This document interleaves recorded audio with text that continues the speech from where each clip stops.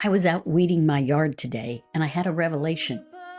The longer you wait between weedings, the harder it gets.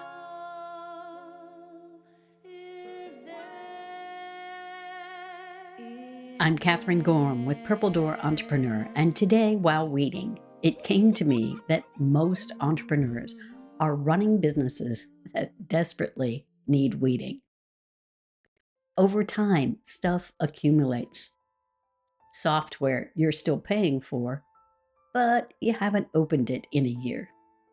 Basically, a gym membership for your business, full of good intentions, but 0 visits. Systems you built that got replaced by something better, but the old one's still running in the background. Ideas you started but never finished, just sitting there taking up mental space. Files and folders full of things that no longer matter. Marketing plans you built with intention that quietly died. Old tax files that you've been dragging from hard drive to hard drive for over a decade.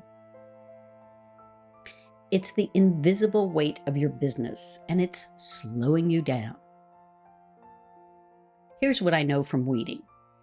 The yard doesn't just look better after, it feels better.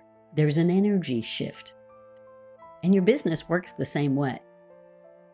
Your clients, your team, your prospects, they pick up on whether you're running a smooth machine or something that's got snags and hitches.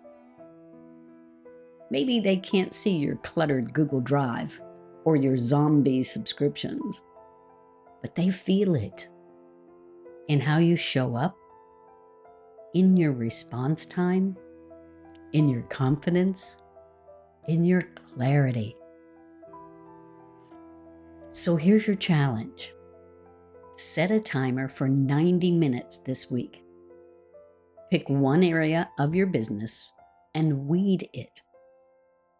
Cancel the software you're not using. Archive the folders you haven't touched. Kill the marketing strategy that died 2 years ago, but it's still on your someday list. And shred that tax file from 2014. You don't have to do it all at once. Just like the yard, do a section, and then another section. Over time, the whole thing gets clean. The most successful businesses aren't the ones with the most systems. They're the ones with the right systems and nothing extra. Weed your business. Your future self will thank you. Your accountant might hug you. And your brain will finally exhale.